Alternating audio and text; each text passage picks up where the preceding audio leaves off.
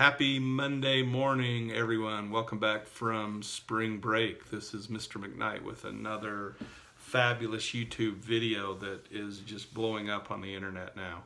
I currently have millions of subscribers that are wanting to know everything they can about entrepreneurship. So welcome. Hope everyone had a wonderful spring break. I'm sure it was much different than what you originally had planned. We were supposed to be going to Tulsa and spending the week with my son. Obviously that didn't happen, and so spent the week here in the house and outside doing yard work, so it was not very exciting, but glad to be back. We're going to be going over some new information today. I sent out a study guide for strand number 4. Today we're going to talk about strand number 5. On Wednesday, I will send and make available on Canvas a study guide for strands 4 and strands 5. And then on Friday, we will take a quiz on strand 4 and strand 5. So that will kind of be the week this week. I'm just trying to figure out this whole thing and to know how much work I should give, how much work I shouldn't give, and just trying to figure out the best way to do this. So we're all in this together, and let's do the best that we can. So I'm going to be looking away from the camera a little bit as I go over what we're covering today. But this PowerPoint that I'm looking at that you can't see will be in Canvas, and we'll go over specifically what we're doing. The first thing that the PowerPoint, when you click on, will have you do is watch an episode of Elevator Pitch. Please watch this, and just to keep your mind thinking about all things entrepreneurship. And when you watch this episode of Elevator Pitch, I just want you to send me an email. Let me know which product you would be most interested in investing in and the reason why you think this could potentially be a decent product. And like I said, just send me an email with that information, and I'll get it recorded in the grade book. So today we're going to talk about strand number 5, and this really is talking more from a management standpoint of being an entrepreneur and things that you have to deal with outside of raising the money and being in charge and having all the financial risk. There's also a lot of management things that need to happen and take place. So that's what we're going to be talking about today. The first thing is, as an entrepreneur and with a business, you're going to want to have what we would call a mission statement.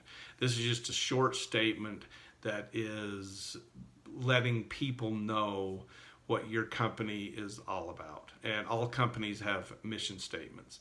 And that'd be something would be interesting for you just to look into and see what a specific company's mission statement would be. So Walmart, for example, I don't know what it is exactly, but I would guess that it would be something about that their mission is to offer the lowest prices possible to people, to allow them to have things that they want or something like that. It's, like I said, a short statement that just kind of tells people what you are all about as a company. The next thing we're talking about is organizational structures. And this is commonly referred to as an org chart or an organization chart. This just shows the layout of the company from a organization standpoint. So for example, if you look at a school, the top person in our organizational chart would be Principal Hunt. He would be the CEO or principal in this case. Well, there are certain people that report to Principal Hunt. Those would be his vice principals and his head secretary. And so the principal would be at the top. Then you would show these people that report to him. And then there are people that report to those people. So you would have the vice principals. They all are assigned specific teachers that report up to them, and that would be the makings of an org chart. This is something that I'm asking that you do some research on, that you get an idea of what org charts look like, and the reason is you're going to have an assignment with creating an org chart when I'm through with this information. The next thing, bullet point for strand number 5, is the use of technology and how important it is into running a business. When I first started working for Pfizer as a salesperson, I didn't have a cell phone, I didn't have a computer, I had a fax machine, and I had the mail, and I had an answering machine. And so when I was out during the day seeing doctors, the only way that people could get in touch with me was to call and leave a message on my office phone, and I would get done for the day, would come home, listen to the messages, and return calls. If they wanted to send me something from the headquarters, they would put it in the mail and mail it to me. With technology today, that has completely changed, and it just allows us to access data much quicker. That is the biggest advantage of technology, is we can get things so fast, either daily sales numbers or forecasting or documents. They can all, instead of having to be sent through the mail, everything can be sent through electronically, and it just speeds the process up. Hasn't really created less work. If anything, it's probably created more work, and people just want things quicker and faster, and but that's the world that we live in. So that is how technology has impacted our business. The next bullet point is talking about how entrepreneurs can help limit their risk. This is a crazy time right now for small businesses or entrepreneurs.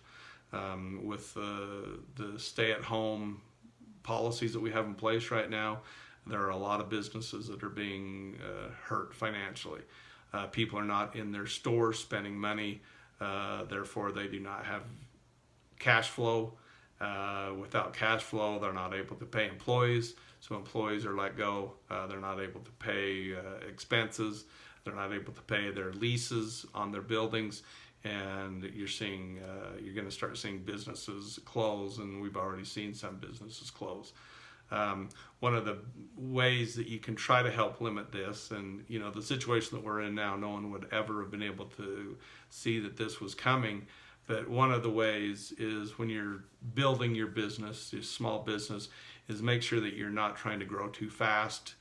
Make sure that you're being very responsible with your financial and business decisions, that you're not taking on too much debt, and that you're just being very mindful and trying to have the business live within its means, and by not growing too fast and doing things that are risky. But like I said, with the situation that we're in now, it would have been very difficult to plan and to do the necessary steps to protect yourself in something like this. The next bullet point is talking about business insurance, different types of business insurance. The main types of business insurance that you would have is, one would be liability insurance. This is protecting you if someone gets hurt on your premises or someone gets hurt using your product and they sue, that you have money to protect you from that. Another type of insurance would be just protection on your building. So if something happened to your building, a fire, a flood, something, that you would have insurance to pay for that. Another type of insurance would be on the goods and the products that are inside the building. That is different than if a building goes down, you would have insurance for that. So another thing with small businesses that you're going to have to manage as a small business owner is you're not going to initially be big enough where you're going to be able to have a separate payroll department or a separate accounting department, a legal team, HR department. These are all things that you're going to have to outsource or hire someone outside of your company to take care of, just because you are not big enough where you can support a full-time HR person or a full-time attorney or a full-time accountant. And these are all things where there are services available that you can go and hire on an as-needed basis. When you get bigger, I mean, companies now that are big enough, they would have their own legal department, they would have their own accounting department, their own finance department. But when you're small, these are things that would need to be outsourced and have someone else do on an as-needed basis. So that's going to do it for today. I'm trying to keep these short because I know that they are the worst, and I appreciate you putting up with this. And hopefully we can be back to school after May 1st and not have to do this anymore. But stay on top of stuff, and if there are questions, please reach out to me and let me know what I can do to help in any situation. Okay, take care, and we'll talk to you again soon. Thanks. BMAC out.